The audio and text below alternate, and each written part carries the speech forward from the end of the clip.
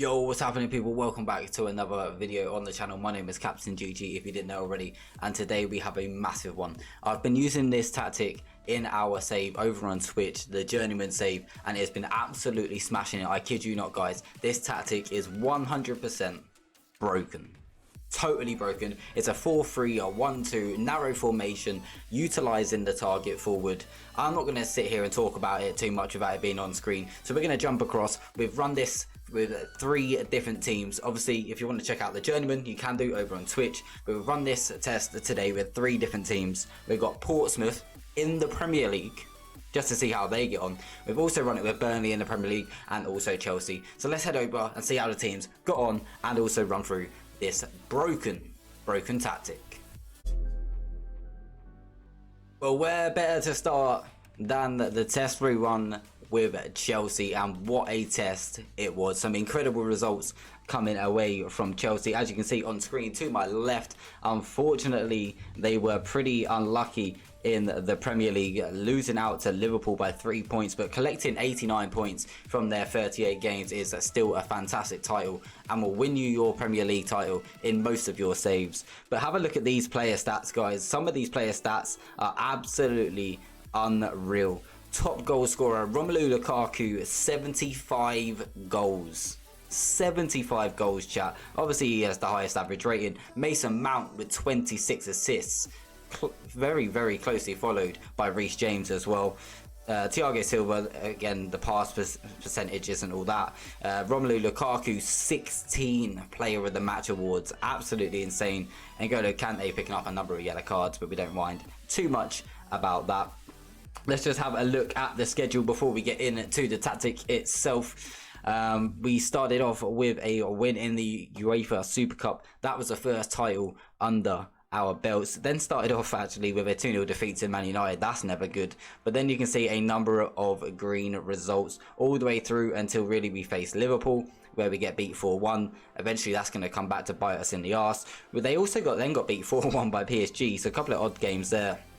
But then generally, again, back to normal. You get a couple of games where it just doesn't work. It is what it is. They've been beaten 4-2 there by Leeds and 3-2 by Southampton. Again, scoring goals, but look how many goals. They're scoring near on 4 goals a game. Like, it's just so overpowered. They beat Southampton 8-0. That's a massive scoreline. They've obviously beat United there. Look at this, in a very busy December and January, this formation has still got through with only 2 defeats over that time. Absolutely smashed it. If you have a look as well, still going through, they got to the FA Cup quarterfinals. They won the EFL Cup, so that was the 2nd trophy that we have now won. Like I say, out of the FA Cup in the quarterfinals. But if we continue on into what was a very busy run in towards the end of the season, again, losing to Aston Villa maybe cost us the title, who knows. But a massive 4-3 win over Real Madrid in the Champions League final gets us another trophy under our belt. So that was the treble completed: the Super Cup, the League Cup, and the Champions League. Unfortunately, we didn't win the Premier League, but I mean, in general, if we have a look at it in its full breakdown, in its stages, maybe just lost 1 or 2 games where we shouldn't have. Now, what I should say with this tactic before I do get into it is, at the start of your season, what you should be doing is, when it comes to your pitch measurements, you want your pitch measurements to be as small as possible in terms of width. So that will help all of your narrow players really come into their own, and you shouldn't lose too many home games. There is a couple of home games in which they've lost here, but I didn't get to do the pitch dimensions. Unfortunately, I missed out on that, where we've just put them on holiday. Just the 2 defeats as well. Again, not too bad, really. Really, some of these defeats here maybe could have been draws, and we maybe would have won the league. But to get 89 points and not win the league is pretty tough. You can see we're way ahead of Manchester United and Manchester City. Generally, all round, pretty good. But without further ado, chat, let's get in to the tactic itself. Just before we do show you the tactic, chat, we have moved over to Twitch, and to celebrate, we are giving away £50 cash to one of our followers on the 23rd of December. It will be baxed over to your account Either that, PayPal, one or the other, in time for Christmas. So guys, go over to Twitch, give us a follow, and enter the giveaway. So here we are then, chat. This is the tactic itself. Like I said, it's a 4-3-1-2. It's a narrow formation. We actually have it named as Narrow Africa Big Man because, like I say, this tactic has originated from our journeyman, which we are currently in Nigeria, and we have Tolu up front, who's 6'7", and he's just an absolute brute and just scores tons of goals. But for Chelsea, we had Mendy playing as the sweeper keeper, no special instructions on him. Again, since the update, I have seen some booky stuff coming from sweeper keepers, so you could change that to goalkeepers if you would prefer. In regards to the fullbacks, we have wingbacks on support. You can play these guys as on attack if you would prefer to do so. We do have a couple of instructions on these, mainly crossing towards the target forward and cross more often. That's the same on both sides. Again, aiming the ball in towards Romelu Lukaku, who is our target forward in this occasion. Two ball playing central defenders. Again, no special instructions on them. Pretty standard.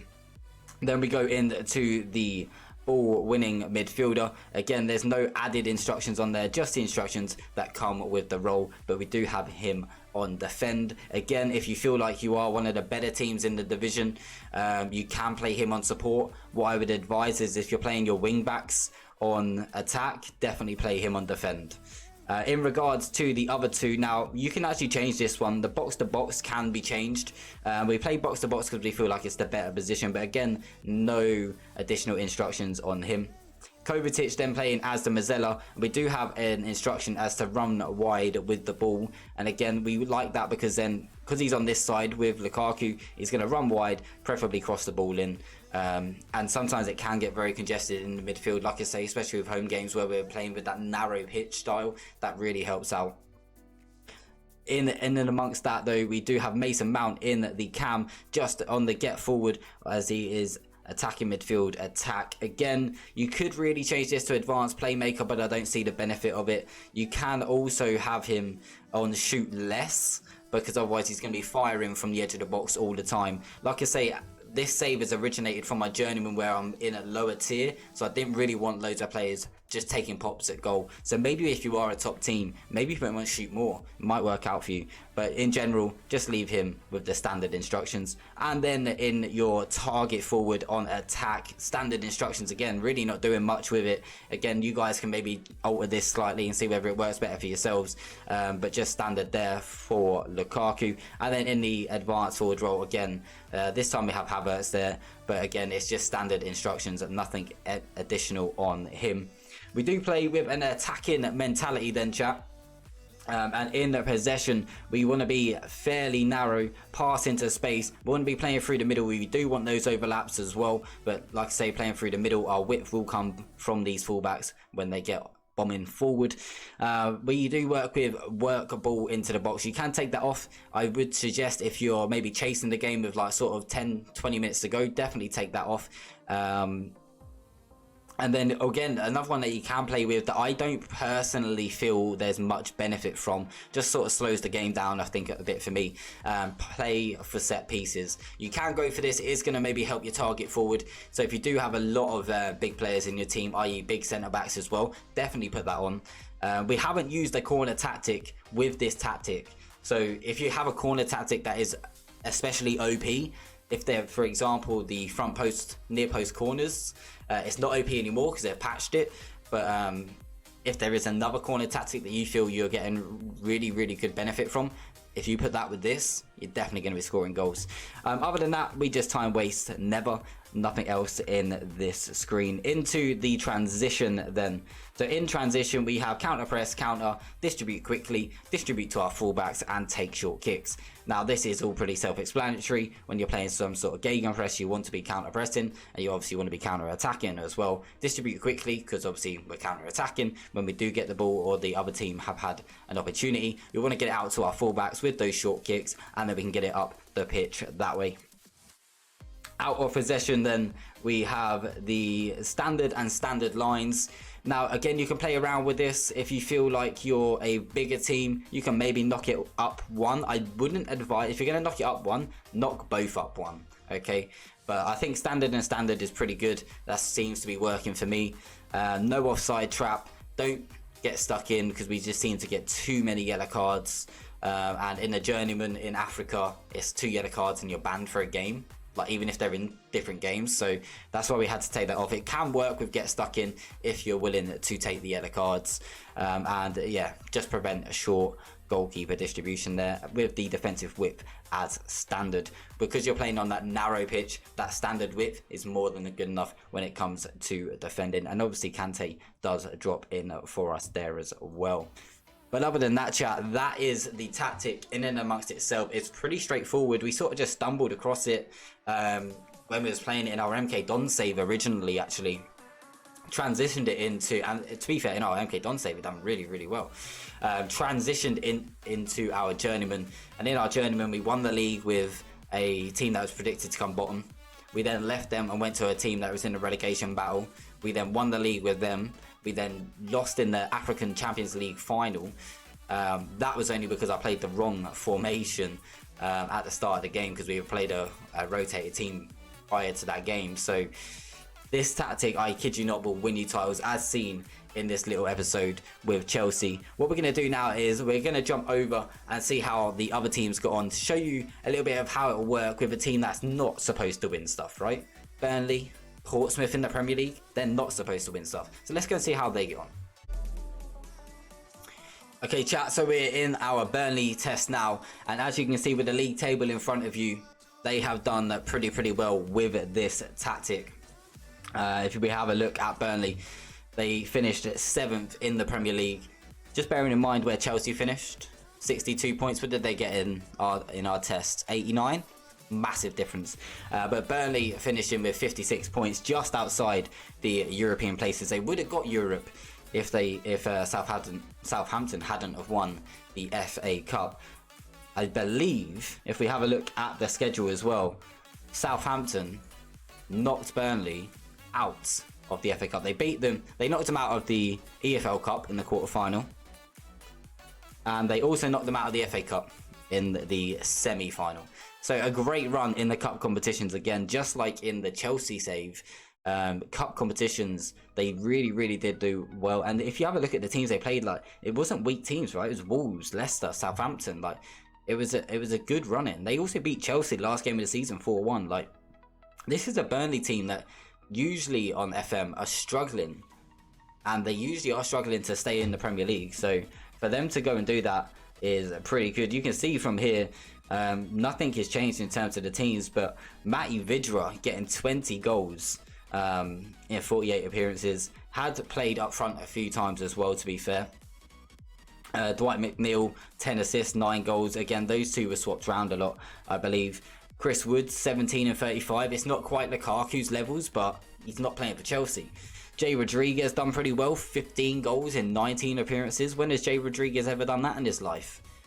If we have a look at the assists as well, Josh Brownhill, the Mazzella, coming in with 17 assists. Unfortunately, the fullbacks didn't do too much this time round.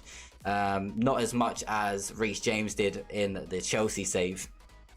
He got like 22 assists or something like that. But like I say, when you're a team like Chelsea, you can put those fullbacks on attack.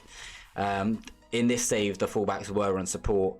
And just a little bit less from them. 7 assists and only 2 assists from Max Lowton. But to be fair, I believe there was another right back that might have played a little bit in there. Connor Roberts, there we go. Yeah, he played right back majority of the time. 10 assists from Connor Roberts. So that's pretty good, all considered. But like I say, unfortunately, no cups won by Burnley, but a solid 7th place finish, and generally would have been in Europe for the following season. But let's go and have a look at how Portsmouth got on in the Premier League with no changes to their team, chat.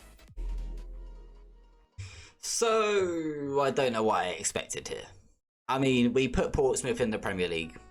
We didn't give them any money, we didn't give them any players. They generally had their League One team, and of course they have finished bottom of the league. However, in saying that they finished bottom of the league, they still gained 21 points and was only 7 points away from survival, which I think is outstanding, considering this is a formation that is played with on attack. This is built to attack. right? So from a team that is a League One team, in real life, we did not change anything in regards to their team. And the fact that they still managed to get 21 points in the Premier League is absolutely insane. Just take a look at this as well. Burnley, they finished 16th. 16th. Where did they finish with us? 7th. Chelsea again, 6th. Where did they finish with this formation? 2nd with 89 points. Very close to winning the title again here. Arsenal, for some reason, somehow are up there, but that's a different story. But I generally think Portsmouth have done a decent job there.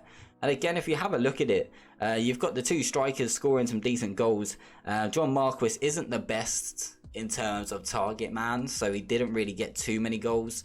Again, the centre attacking midfielder does pretty well with 10 goals, 7 assists. But again, we still have to remember that this is a League One side. Callum Johnson, 8 assists. No, that was why he's on loan. Ignore that. That's just funny. If we have a look at our right and left back, yeah, okay, they didn't get too many assists. They didn't. But like I say, when you're playing in the Premier League, when you're League One level, what more can you do?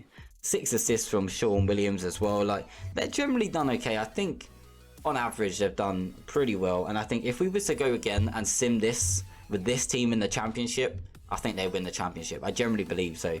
21 points from a Premier League season when you're only a League One team generally is not too bad. If we have a look at how they got on in the cups as well, the EFL Cup, unfortunately, I believe they went out quite early. They did 3rd round to Millwall, funnily enough.